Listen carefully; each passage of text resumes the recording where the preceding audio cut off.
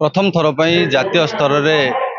जातीय पंचायत राज दिवस पालन तेज ओडिशा रे पंचायत राज दिवस को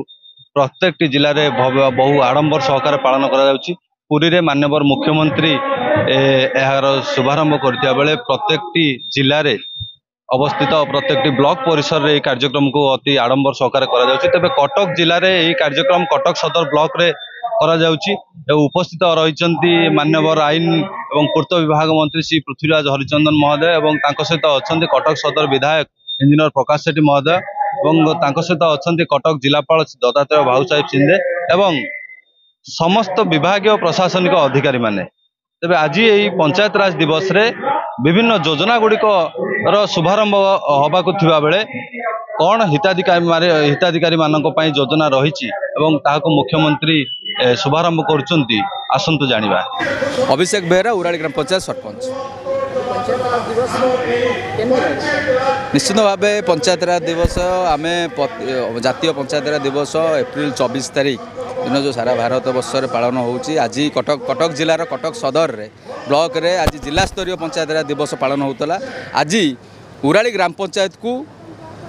1 नंबर ग्राम पंचायत हिसाब से पुरस्कृत कराई आर्थिक प्रोत्साहन दिखाई समाजर शेष धाड़ी में लोकों केमती पैसा कार्यक्रम लगी पार से सरकार आमको प्रोत्साहन राशि देते बहुत खुशी एवं मुझे राशि उराड़ी ग्राम पंचायत समस्त जनसाधारण हित लगे आउ गर्व अनुभव करुच्ची जो लोक मत आशीर्वाद करके पठे मुझे कम कर। नमस्कार मो सरपंच किशोर नगर ग्राम पंचायत कटक सदर सुजाता सेठी।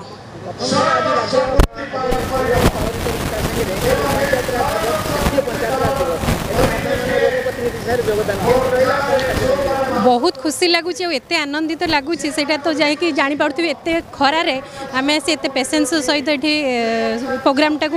आनंद भाव एंजॉय करुचु कि जहाँ हो लोक सरकार को धन्यवाद देवी राज्य सरकार केंद्र सरकार कि प्रथम थर पर ओडिशा रे एमिति गोटे प्रोग्राम आयोजन करछंदी कि लोक प्रतिनिधि मानक मध्य प्राधान्य देइछंदी जाकु जो अधिकार से माने फेरी पाई आज जो सरकार डिक्लेयर कले कि तांको जो अधिकार छड़े नि आउ थे से अधिकार को फेरे देवाई चेष्टा चली सरकार को धन्यवाद देवी जहाँ एत सब योजनार कार्यकारी आरंभ कर